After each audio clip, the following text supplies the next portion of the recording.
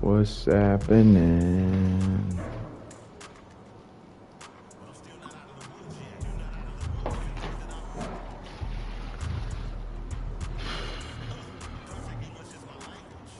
We right in there. We right in there. What's going on, YouTube? Another day. Definitely on the grind. Definitely on the grind. Yesterday was like my first official day, kind of getting back on the 2K. 2K26 is coming out next month. So I wanted to start streaming a little bit more. I did it back in the day, and I wanted to get back to it. So yesterday was like my first day streaming, and I kind of want to be a little bit more consistent. Got a lot of stuff going on, of course, so I try to take, moments out the day where I can get, a couple streams in and whatnot. So when 2K26 come out, I'm gonna have my crew pass that out, man. Goodness gracious. So yeah, but I definitely want to get on and, talk about basketball, hoop life, me being a coach, personal trainer, teacher. In German they say, I say, ich mache alles. I do everything. So, hold on, let me get this shot off. Let's go excellent green. So yeah. Yesterday I talked about, journeys and different situations guys who have to go through, and I talked about my first time playing professionally overseas, the whole process and everything, and I had somebody ask me like about different places that I played. I played in Spain, I played in Bolivia, Ecuador, 303 tournaments, different countries, Sweden, Dubai. Been everywhere pretty much. And when I said Bolivia, one of the guys wanted to hear the story about me going to Bolivia. And it was like 2000 and when was it? 2000. I forgot when it was. When was it? It was 2016. I played for the Dresden Titans for I think the last year I played with them. And I believe that was the year that we moved up to Pro A, and I had got I wasn't moving up with them, and I was, I had my wife here and my daughter. My daughter, she was just born. My youngest daughter, she was just born, and I missed it.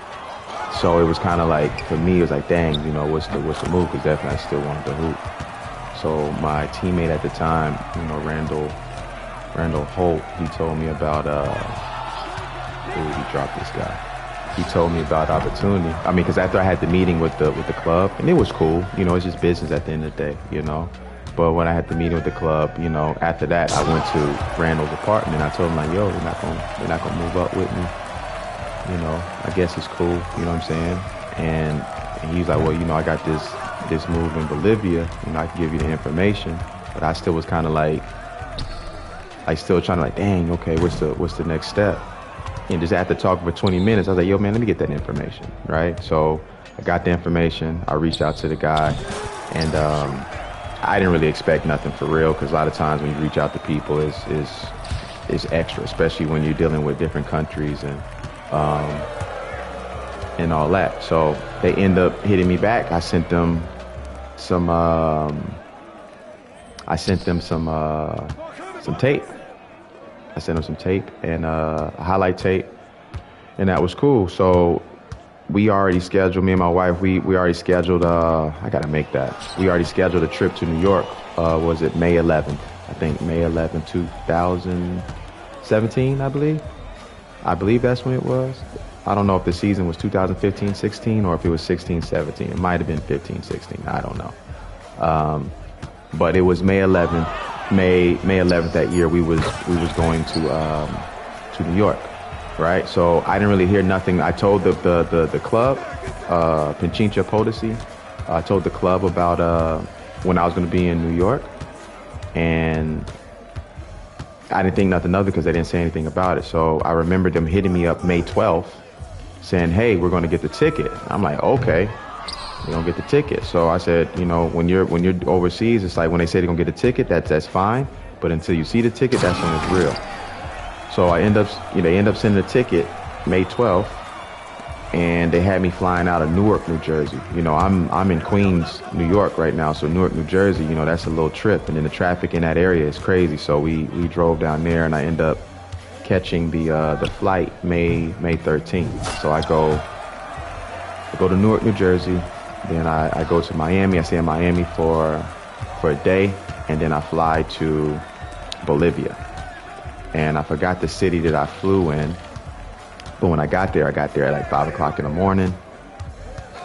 It's May 13th, right? Got there at 5 o'clock in the morning, and rebound. And I waited for. I remember they took $160 away from me. Like when you go to those countries, like it's funny business sometimes. So they say, yeah, you got to pay 160, and I'm just like, here we go. So I end up paying 160. And I waited there until I think it was like 8 o'clock, maybe 8 o'clock, 9 o'clock, until the people came and picked me up, right? So they end up picking me up, 8:30, 9 o'clock. And we're driving to Pichincha, where I'm going to be playing at. So as we're driving there, it's like a 3.5 hour drive. I don't know. And I'm seeing llamas outside, and it's just different. You got to imagine, I'm in Germany. I just played a full season in Germany. Then I went to New York for like a couple days. So imagine seeing German people for 9 months, then going to the States, and then you see a mixture of people in New York, and then you go to a South American country. So my brain was kind of like, what's going on here? You know what I'm saying? So when we finally reached we left around 9. We finally reached the area around 12:30, and we immediately go to the restaurant. We go to the restaurant. I meet my teammates. We eat, and and we had a game that day. We had a game on that day. So we eat, and then they, after we eat, they send me to the house I'm gonna be living in. So I'm in the house, and I got 2 teammates as well that stay in the house. So it was like 3 different rooms. It was a lady's house, and she had like an upstairs apartment situation. So it was me, one guy that was also from Atlanta, from Georgia, and another guy that was from New York. So we had a game that night. So I got some rest, and they end up picking us up around 7 o'clock. Oh, we lost. They end up picking us up around 7 o'clock. And I remember walking into the gym, and it's this big old arena, and they didn't have like a ceiling at the top. So it was almost like playing outside, pretty much, So I'm walking in, I had the Pichincha gear, and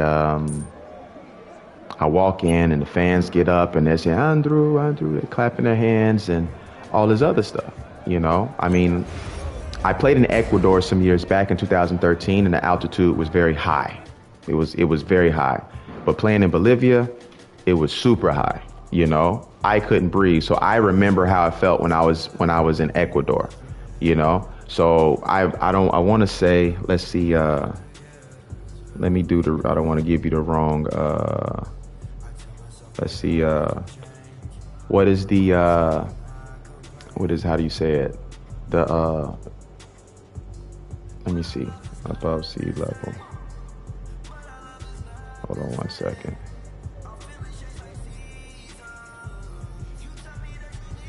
Above sea level. Ecuador.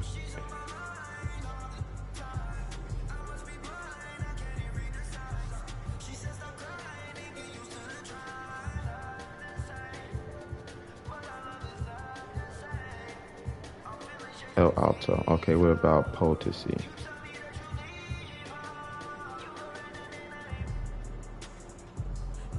Okay. All right, so that's what it is, right? So yeah, that makes sense right there. So when I played in Ecuador, I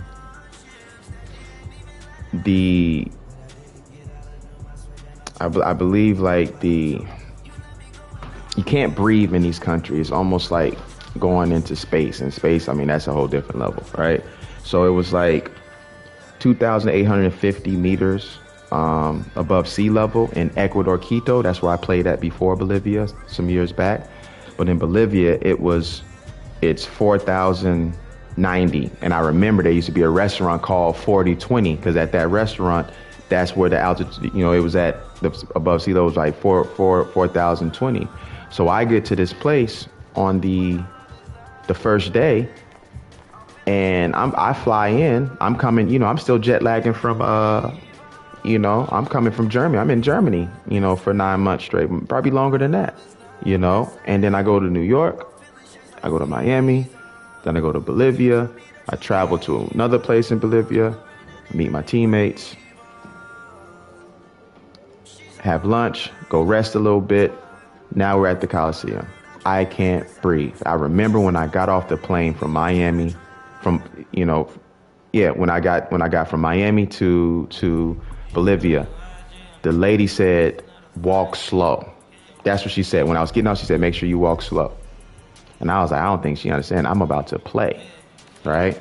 So fast forward back. So now I walk into the gym. Everybody's, you know, and hey, Andrew, blah, blah, blah, Andrew. They're clapping like, you know, like Kobe's coming in. And I'm just looking. I'm like, man, I don't know what is about to happen here. I can't breathe, you know? So they didn't take me to like usually when you go to these countries, you got to go to the doctor and you got to make sure this is okay. They brought me in and I'm playing on the first one as soon as I get there. So we go to the locker room. They got my number 12 jersey ready. We talking. The coach is from Argentina. He's speaking in Spanish to the guys. You know, I understand a little bit of Spanish because I played in Ecuador before and I played in Spain, La Palma. So I understand a little bit what he's saying. And we go out there, we're warming up. The crowd is like 10,000 people in the stands. And I'm just like, man, I can't move. So I go there, man, where the game's starting at? What we doing? All right, so you know what? Let's go to the other thing. You know, I want to give you guys something to watch while I talk or something like that, you know. But so we're warming up, and I'm just like, I don't know what's going to happen. But I remember seeing on the bench an oxygen tank, right? And I'm watching like, why do they have that there? You know, that's crazy. So the game start. I don't play in the first half. You know, they kind of like, you know, because I think they understand what they were supposed to do. They just didn't do it, you know, so they didn't want to throw me in there. So they end up putting me in the second half. The crowd goes crazy. And I'm just like, man, we're losing. I'm like, I don't know what they expect me to do. I can't breathe. So I'm playing. I hit my first three. They're going crazy, you know. And I remember, you know, we had a timeout. We went to the bench and they brought this tea to me. And I said, what is this? And they was like, it's coca tea. And I said, what is coca tea? They said, well, it's the tea that comes from the cocaine leaves and stuff like that. You know, I'm like, nah, I can't do that. I got to go back to Germany and, you know, I don't want to get drug tested, blah, blah, blah. So I pushed that tea to the side. Give me the tank, you know, so I'm sitting on the bench and I got the oxygen mask on and I'm getting air. So we end up, I end up having 13 points in the second half, right? And we end up losing. So that was the first day. We go back to the apartment, blah, blah, blah. Remember, we had one teammate. I think they got rid of him before we played the next game. It was 3 days after that. Or I don't know if he played in that game or not, right? So it was me and the guy from New York pretty much, and we had a derby match. So now I didn't practice a few days with them, and this is the fourth day. Let me give you like an example of what I was dealing with. I remember Argentina played against Bolivia, and I remember Messi's team came to the city. The city was shut down. So when you're playing, you got to come on it that day, and then you got to leave on that day, pretty much, so that you don't let that altitude doesn't get into your system. I came on that day, played on that day, practiced the next few days, and then we had this derby. We had this derby that we had to play in. It's almost like, you know, North Carolina versus Duke, or what is it? Bayern Munich versus Dortmund or something like that. You know what I'm saying? So it was a rivalry match because we were from the same city. And so now it's like 12, everybody in the city's at the game, you know, and we got to win that game. So now I got a fever. I got a headache, you know, and I end up scoring 14 points, and I went to them after the game. We won the game. Everybody was excited. And I told them, I said, hey, I don't feel good. And I end up going to the hospital for like 2 days, you know, and I had IV on me, and I'm not a big water drinker, you know, so I was very hydrated. So I was in the hospital for 2 days, right? I was in the hospital for 2 days. And then, you know, so that means that's 6 days in Bolivia, right? So we end up having, that game was on Friday, I believe. So I was in the hospital from Saturday to Sunday. And then I was good after that, and we had practice. So when I go to practice, remember I told you it was a dude from Atlanta, Georgia, guy from New York, and myself. They got rid of the dude from Atlanta, Georgia, big man, and then they brought in this Brazilian guy. He played in the NBA for a little bit, and then they brought in this Argentinian guy, right? And you're only allowed to have 3 imports, right? So now I'm in practice, and it's 4 of us in here, right? And the next day, we had the game on Tuesday, and we had to play against the #1 team. So I'm like, okay, we got 4 people in here. One guy played my position, you know, and I said, okay, that's cool. Let's see what's going to happen, right? So we practice, and we end up traveling. It was like a 7-hour trip to this team. They were #1 in the league. And we get there, and the team informs me that I'm not playing. They're going to let the Argentinian guy come and play, you know, the point guard. I said, okay, that's cool. So I went to the concession stand, got me some Oreo cookies, and I sat at the end of the bench, and I watched. So as I'm watching, they're playing with the new Brazilian guy, the guy from New York, and the guy from Argentina. This guy has like 10 turnovers in the game, right? 10 turnovers in the game. And played terrible. We end up losing. So when we get back, they say to me that they're going to, hold on one second. Oh my gosh, trash juice. Get out the paint. They say to me that they're going to send me home because that guy's my replacement. You know, I'm always kind of calm, cool, and collective in these situations. I said, that's cool, man. Just go and give me my ticket, blah, blah, blah. So it took them a few days to get the stuff in order. And guess who gets sick? The same way I did. He did. But when he got sick, he said, I'm out of here, you know? So they came back to me, and they was just like, Andrew, you know, we made a mistake. I said, man, you know what? I understand. I get it. You know, but I said, I'm going to need a little bit more paper. You know, I'm going to need some more money. So they can figure that situation out. And, you know, next thing you know, it was me, the guy from New York, and now excuse me. Yeah, let's go. This guy from New York and myself, you know. So now they're paying me more. Of course, they didn't like that. You know what I'm saying? And we end up finishing the season. You know what I'm saying? We end up, you know, us 3 finishing the season. And it's like, and they end up getting rid of the coach and assistant. They brought in 2 more Argentinian coaches, and we went from there.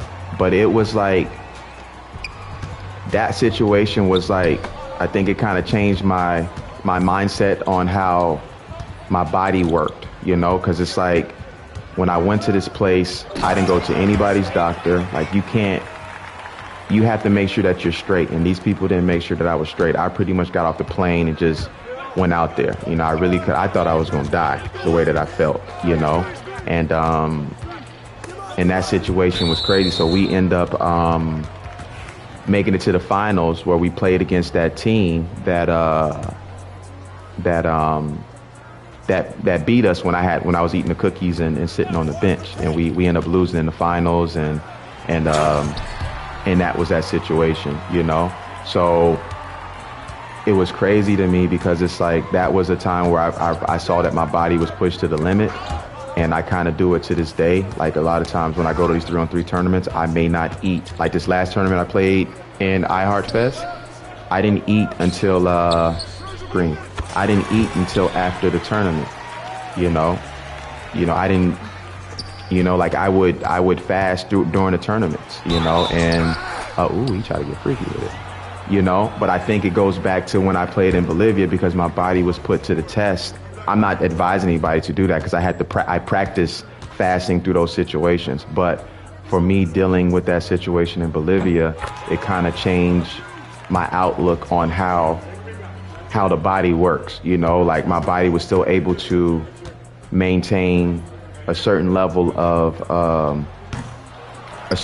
skill, even with it under duress. You know, of course, like I said, I wouldn't advise anybody to do anything like that or do what I did. I'm not telling anybody that, you know, that's how you get better, but I would have loved in my youth to go train in a country like that. I think Denver, Colorado was like that, and I think some professional athletes, they go train in Denver because after playing in Ecuador, and I may be one of these streams, I will speak on my experience in Ecuador as well.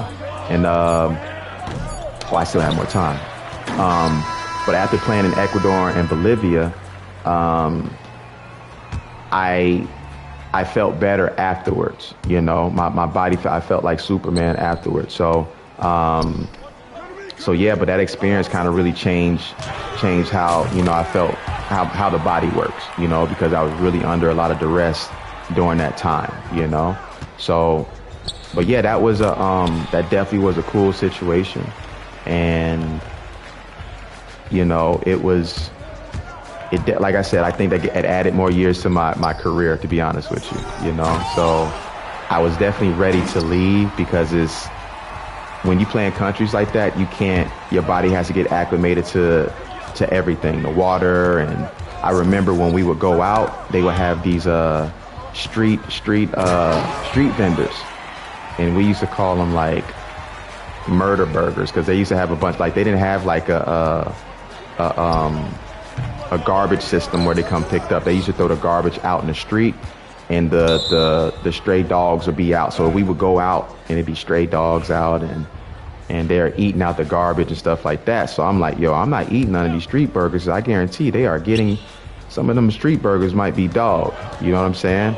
But when you're there for so long, you know, I was there for like 3 months, and you get kind of acclimated to hold on, Kobe Bryant time right now. Oh, I missed it. You know, you get acclimated. So I've had a couple of those burgers. So, I mean, I took a step on the wild side. I don't know if I had dog or not, you know, but, you know, it's crazy.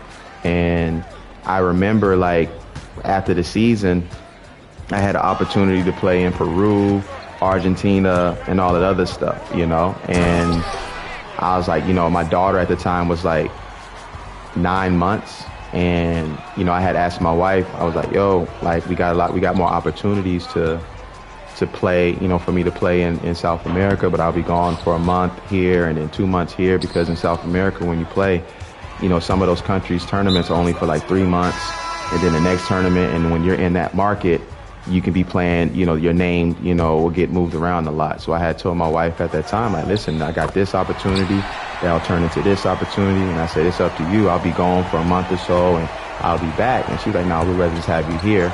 And that's when I kind of like, you know what, I'm a chill. If this is the end of my career, then that's, you know, we'll do it like this, you know. So, but, you know, fortunately it wasn't the end of my career. I was able to still play for some other teams where I'm still playing right now, you know, not to the, you know, a 10-month season or anything like that, 9-month, 10-month season, but I'm still playing.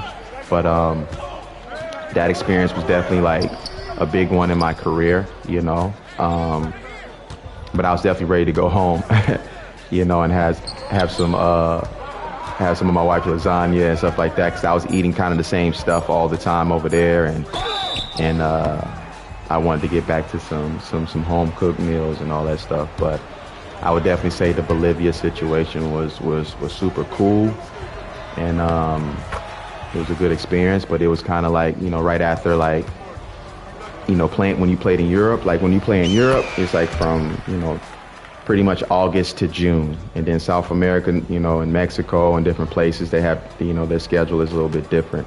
So my goal was, I remember 3 years prior to that, like I played for the Titans, and then I end up going to Ecuador, you know. And I mean, since I guess we've got time for that, you know, I could probably get to the Ecuador situation as well. But so before I was in Bolivia, I went to Ecuador.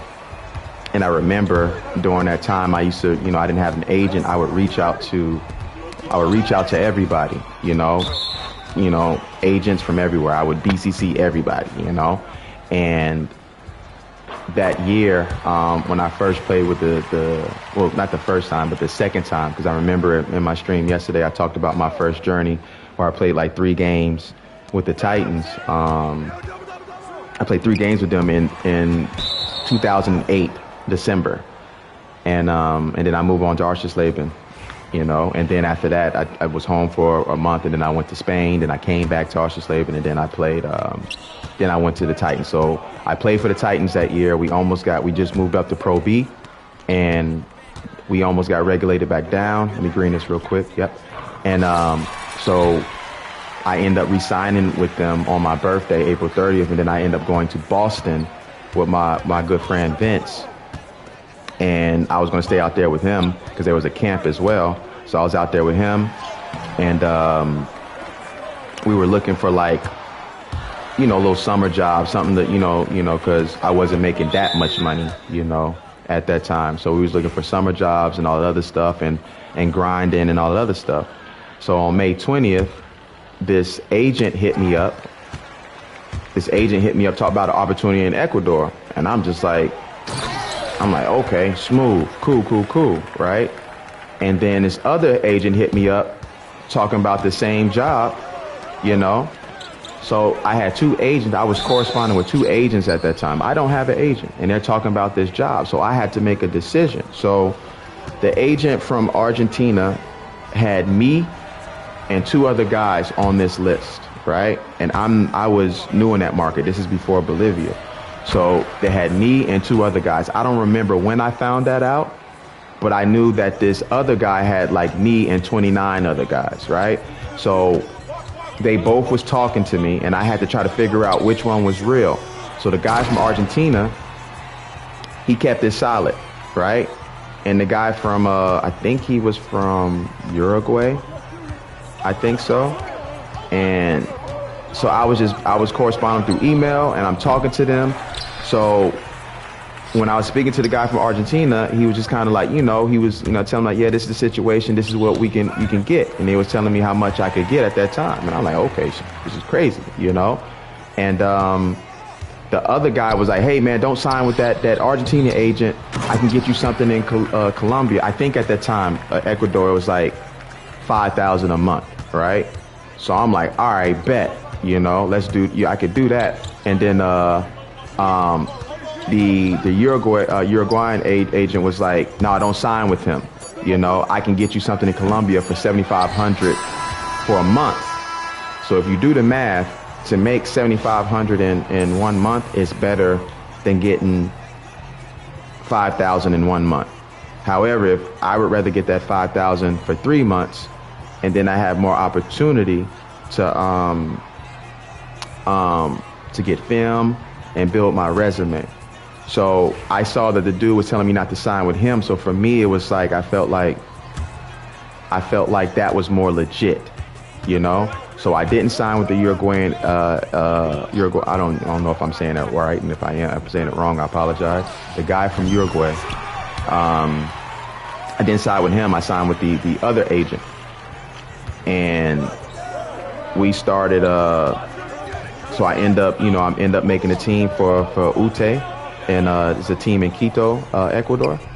And I got the information that it was pretty much I was a rookie in that, and if they had 2 other guys that were asking for like 8,000, 10,000, so they pretty much was like, yo, let's go get this cheaper situation, which was like 5,000. And for me, I'm like, I'm cool. That's the highest I done made. You know what I'm saying? So for me, that's cool. So we end up playing. We won. I think, did we win that first game? I think I had like 21 points. I know I did not mistime that. I had like 21 points, and I don't know if we won or lost. I forgot, but I remember we had an away game, and I told you that my Spanish is okay. It's all right.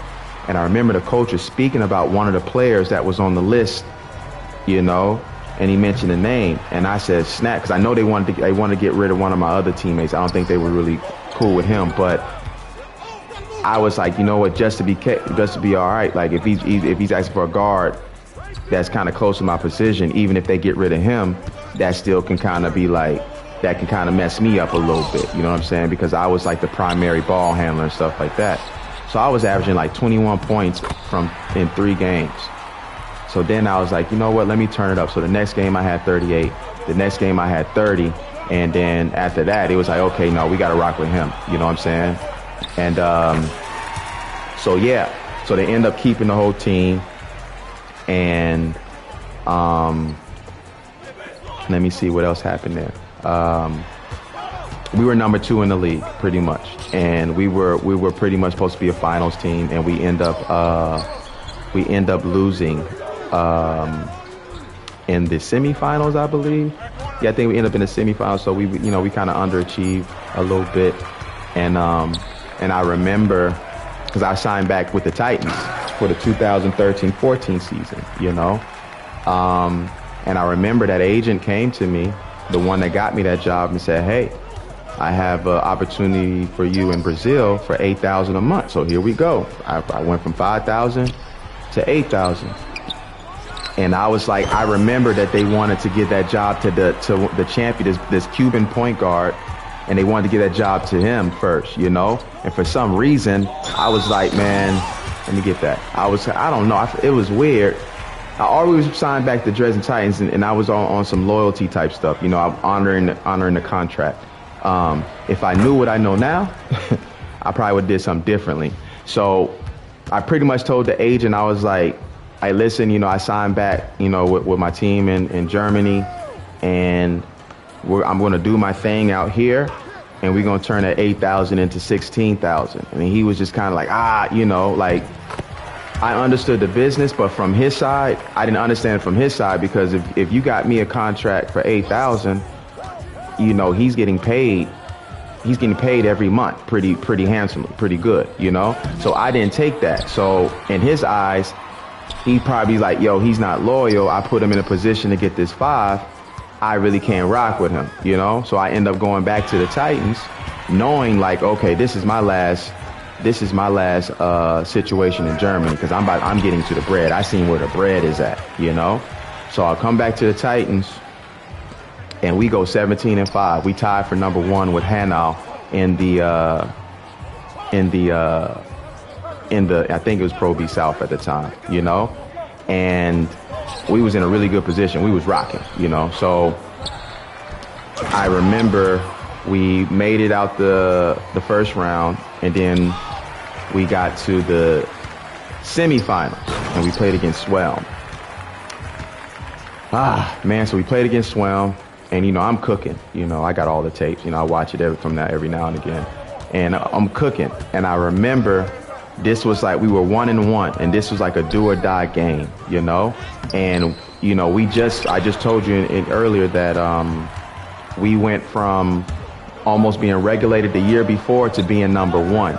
And if people don't, like, most of the times, like, in my experience, a lot of these teams in Germany, they speak about moving up, but most of the times they just want to maintain, because it's a lot. It's the money differential from going from Regional 2 to Regional 1, Regional 1 to Pro B to Pro A to BBL is kind of high, and a lot of times you gotta plan for that, and most of the times people just want to the goal is just to stay in the league.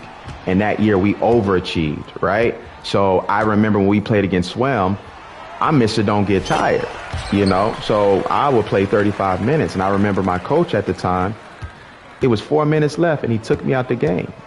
And I was just like, I never really say nothing to him, but I'm like, yo, why you take me out? Oh, just to rest you. And I didn't really say nothing too much, to rest me. So he ended up, dang, we losing? My fault, Brody. So he ended up resting me. And I'm just like, and we end up losing the game. And I didn't understand that, I kind of felt like, I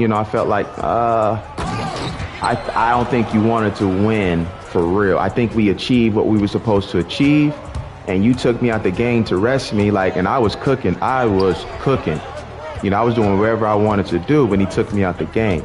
But the thing is, I think it's difficult to say, because if we would have won that series, then those two teams would have moved up to being able to move up to Pro A. And they weren't in the position for that. They were just we were just maintaining and staying in the league, and we overachieved, But at the end of the day, I was like, man, I felt like the coach, he did that on purpose, you know. And I have no, I had no hard feelings about it because I was like, it don't matter anyway because I'm going back to South America to get the chicken, you know, the real chicken. So I remember after that, I had my, I'm over here throwing the game, talking to y'all, man. It's okay. For a good cause anyway. Give me that rebound now. Damn.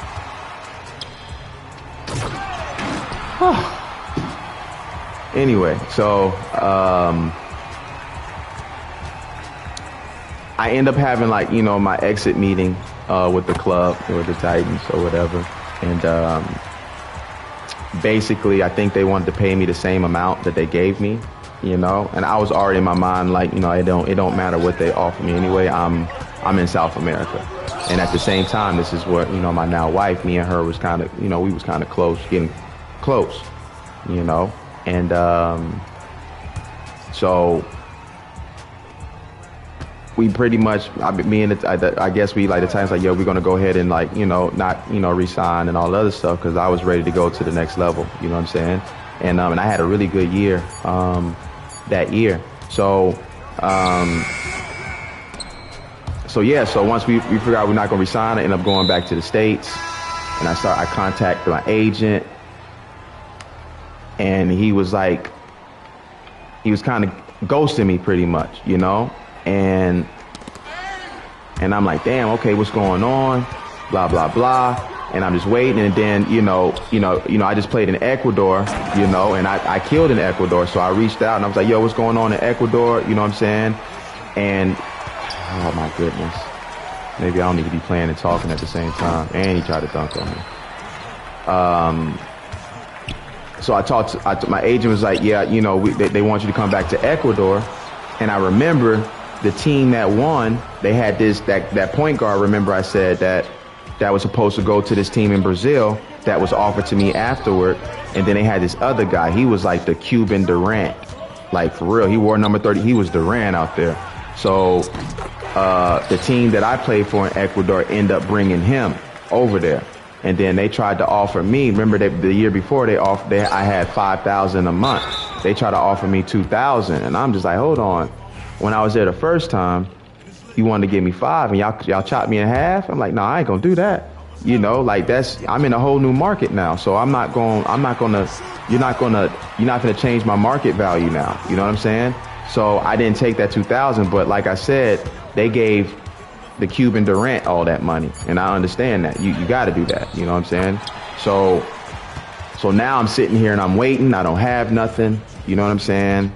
And me and my now wife, we was like, you know what, just come back to Germany and just chill. So now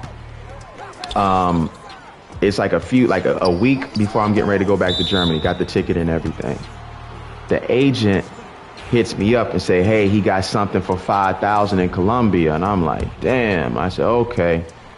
I said, yeah, but I'm about to go to Germany, blah, blah, blah. Where's the contract, right? I told my now wife, my girlfriend at the time, what it was. She said, okay, so, do what you got to do. But we already booked the ticket.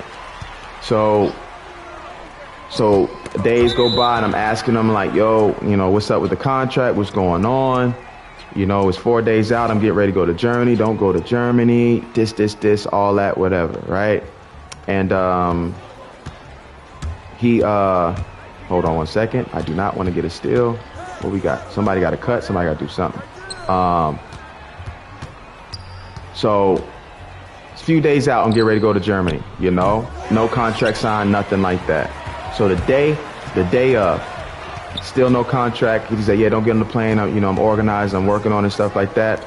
I'm at the desk now talking to the lady. And I remember I had a one-way flight to Germany, right? So the lady at that time was like, we can't let you in Germany because there's no round trip ticket pretty much, And so she ended up getting off and a new lady came in, right? So I brought that same ticket and she ended up, pretty much give me my ticket, blah, blah, blah, at the desk, at the check-in. And right when I'm talking to her, he's like writing me, telling me hey, they about to get the ticket. They about to do this. And I just told him yo, nah, I'm about to get on this plane. You know what I'm saying? It's like, it's kind of too late. I'm here, blah, blah, blah. So I end up coming back to Germany. And, you know, that's why me and my now wife, we got a lot closer. And that was the situation. And this was before Bolivia, you know, and, man, I got to get these shots, but I'm so trash. I got to get better at this. It's crazy. Well, the new one's coming out next month. So, you know, so that was like, I always tell people, you know, if you listen to my other stream and I tell people about opportunities, and I definitely got more stories on the opportunities, but it's like a lot of times we don't see things at that moment, what it could have been, you know what I'm saying? And we have to live with the decisions that we pretty much make. And that was one of those decisions. Like, I was cool with it because at the end of the day, I met a great woman. So I can't say, oh, I should have took that, blah, blah, blah. And, you know, because at the end of the day, you know, everything worked out. But that was my experience in Bolivia and in Ecuador. And like I said, at altitude, I mean, even when I was in Ecuador, I remember because I stayed in a presidential suite and I had this big old, it was dope, big sunroof. I don't even know what it was, but it was great. It was just, man, I stayed in the presidential suite the whole time. So I was just like, that time in my life, it was like, it was crazy to think, like, you know, like I probably could have had, I've been in South America making a lot of money, you know, and really doing my thing out there. And so it was cool. But that's what I wanted to say. Before I got up to the presidential suite, I remember walking up the stairs, and remember the altitude's already 2,850. So as I'm walking up the stairs, I collapse on the stairs and they just kind of start laughing, you know? And that was like my first time kind of dealing with that energy, you know what I'm saying? With that altitude, that above sea level situation. So yeah, that was those two experiences. I think they kind of changed, you know, the way I move my body and the way that I looked at how the body works, because I was able to operate under duress, you know. So it was a cool situation and a great experience. And I always think about, you know, what if I did take that, because I think after Ecuador, I had the opportunity to play in Brazil. It was Rio Claro at that time. And so that was my window. You know, I started, remember I told you, like, I mean, you watch my other stream, I came out here, I got the buddy pass, I started, all the information on my stream, but I ended up signing a contract with the Titans for 4 games, 75 euros for each game, 150 if you win. Then I went to Arsenal where I made 550 euros for the rest of that season. It was from, like, I think January to March. I stayed home for a month, and then what was it? Did I go to? Yeah, and then I went to Spain, you know, and maybe in one of these streams I speak about the Spanish situation, you know. So, but I kind of jumped ahead with the Bolivia and Ecuador, but I kind of like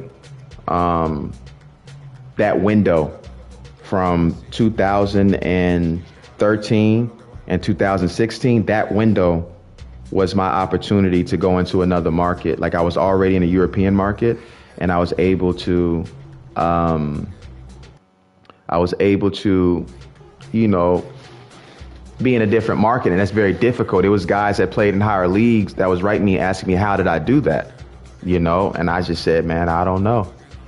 I definitely don't know. So it was guys that played in higher leagues, and they couldn't even get in South America. Here I am playing third league, you know, Germany, you know, and I get to, you know, the leagues in South America where they just kind of throw the money at you. It's funny because I had a situation when I was in Bolivia, and they used to pay you in Bolivianos, and I would have to take that money and I would have to go to Western Union to get it, you know, I'll send it back home. So I remember counting my money, and the president of the club is counting my money, I'm counting my money, and the lady who pretty much the person who deals, they used to always have the women dealing with certain things, and she was like a pit bull when it comes to it. So president's counting my money, I'm counting my money, and the ladies counting my money. And I'm over here like I'm counting mine, like 1, 2, 3, 4. I'm counting him, count mine, and I'm counting everybody. I'm on some Matrix type stuff. I'm the Rain Man with the numbers. Like I'm counting my money on everybody, So she ended up putting some money on the table, getting up and leaving, right? And me and him are finished counting, and I'm realizing that I'm missing like 5,000 Bolivianos. I forgot how much it was, so I had to chase her down the street and be like, "Yo, I need the rest of that," and I had to end up getting that, and I took that. So now I got this big bag, and I'm going to the Western Union, and got to transfer it back to the bank in Germany, and order my bank in the States. I don't know either one, but those were crazy situations, being in Ecuador and Bolivia, and playing in Germany for so long. I remember one time in Bolivia, we had a meeting at 4:00. And remember when I told you, like, living in Germany, then going to the States, and then going to a South America country, like it can be like it messes with your mind a little bit, because you're seeing a certain atmosphere, and then it changes, it changes. So what is he? A defender? Okay. So in Germany, everybody's pretty much on point, pünktlich. They say, pretty much, be on time and that, So we had a meeting at 4:00. People were showing up at 4:30 with fast food in their hand, And I'm like, yo, we got a meeting. Like, why is everybody coming late, And that was kind of like a different thing that I had to realize, what I'm saying? It was like it's a culture shock, when we say there's a meeting, be there 30 minutes, 15 minutes before. Like, these guys are showing up 30 minutes, 45 minutes, you know what I'm saying? So I was like, is this normal? And they was like, yeah. And I was like, man, y'all must have told me a different time than everybody, because this is crazy. But that was a normal situation. So when you're playing in these different countries, I tell people all the time, they say like, yo, I want an opportunity. I spoke about that in my last stream. It's like, do you really want opportunity? Because it's like, you can't come to these countries if you're from somewhere and expect to live the way that you live in the country that you're from. You got to understand how these things work, because people are not going to accommodate you like that, So a lot of times when I go to these places, I have to learn very quick how things are, and them being late was that was tough, That was tough. I was like, man, y'all, we got to do better than this. Y'all wasting people time. But I couldn't get mad about it, because that's what the people do, So, so that was like, I am so trash at this game right now. I think I'm putting more emphasis on the stories right now. And I'm basically getting back into 2K, because on 2K26, I want to do this a little bit more often. Speak about, basketball hoops while playing the game, So I think I'm just using this as a platform for you guys to watch, but I'm not giving you guys anything to watch. So, I hope the story is pretty much, what's the word? Interesting, for you or whatever. But if you're looking for the gameplay, I'm terrible right now. So yesterday was my first day back. But so yeah, man. So just playing in a lot of these places, it's built a lot of character in me. I got to understand. Even at 42 years old, I'm still able to play. Like, I will be going to Sweden tomorrow. Give me that. I'm going to Sweden tomorrow. But why the animation got to do all that though? I'm going to Sweden tomorrow for a 3-on-3 tournament, so the opportunity to play and to enjoy something that I've been doing since I was a kid, and also make a business out of it, has been like, it's excellent. Is it always cool? No, it's not, but I always tell people you got one life to live, and you should enjoy it as much as you can. And through all my experiences, and like the places like Ecuador and Bolivia, I can definitely appreciate everything that comes with it. So yeah, it's that's my situation in Bolivia. I know, one person wrote me, and they remembered that I played in Bolivia, and they told me it'd be cool if I tell a story about Bolivia. So I guess I got a chance to tell you guys a story about Bolivia and Ecuador. And and that's what it is. So yeah. So maybe I can concentrate on trying to win this game now, It's crazy.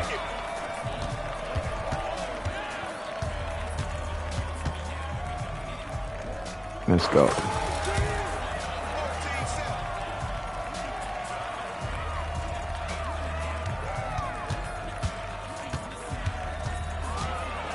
Ooh, give me that. I got it. Oh, I smoked. That's it right there.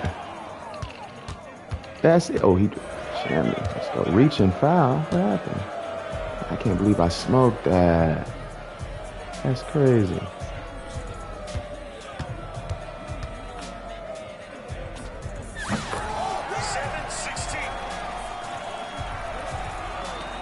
So yeah, but if you're not subscribing, make sure you subscribe. I'm gonna do this more often. Like I said, when 2K26 come out, I'll probably have my guys on as well, and we'll be talking a lot of basketball content. And if y'all got some questions or something like that, definitely follow me on Instagram, got TikTok, whatever. Follow me on that. I'm trying to put more content up and let people know about these journeys and stuff, because I think a lot of people don't.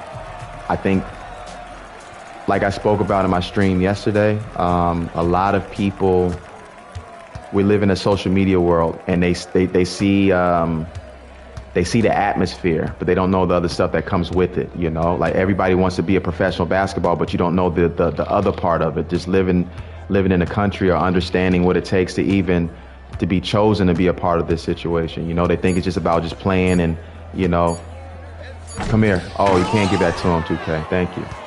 They think it's about just playing. You have to really be a professional and understand how a lot of these people have probably never even dealt with an American until you come, so they have their own little thoughts on what Americans are or somebody from a different country, so you got to understand that when you're going to these places that people already have preconceived notions of who you are just from where you're from, so if you're not prepared for those situations, it's not just about playing basketball. You know what I'm saying?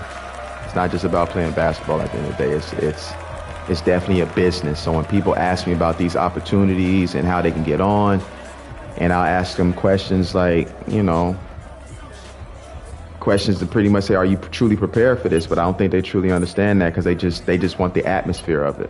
And when they get here and they realize, okay, maybe the internet's not working for the first month, or the club is not communicating right. It's so much that you got to deal with, Like I made a lot of money in South America, but that cold water from them showers was a regular situation. Or maybe the toilet didn't flush all the time, You might walk outside and the dog is using the bathroom right there on the hotel steps, So are you truly prepared for all of that, Like, don't just look at it from I'm opportunity to play basketball, man. The living standards could be something that you're not used to. You may not like the food. There's a lot of adjustments. So when I tell people, like, if you really want to be a part of this life, you better be prepared for, you know what I'm saying, the things that may not look a certain way. So, so I hope, this information that I given. Well, I only got 806. Man, I'm over here. Man, that's crazy. But I hope this information, some of this information, the stories that I told you guys, it was interesting enough, Like I said before, go ahead and, if you don't, follow me on Instagram, I'll put it in the description later.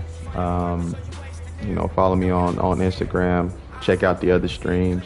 We'll be doing this a little bit more often, and a lot more when 2K26 come out. So I'm just kind of preparing. Let me get that bread real quick. I'm just preparing right now, getting used to doing the streaming stuff. So yeah, man, that's my little hour for today. Maybe I'll get on later on today, but I got to prepare for Sweden, and I'll definitely put some content from the Sweden trip on here as well. So yeah, man, y'all have a good day, and I'll see y'all next time.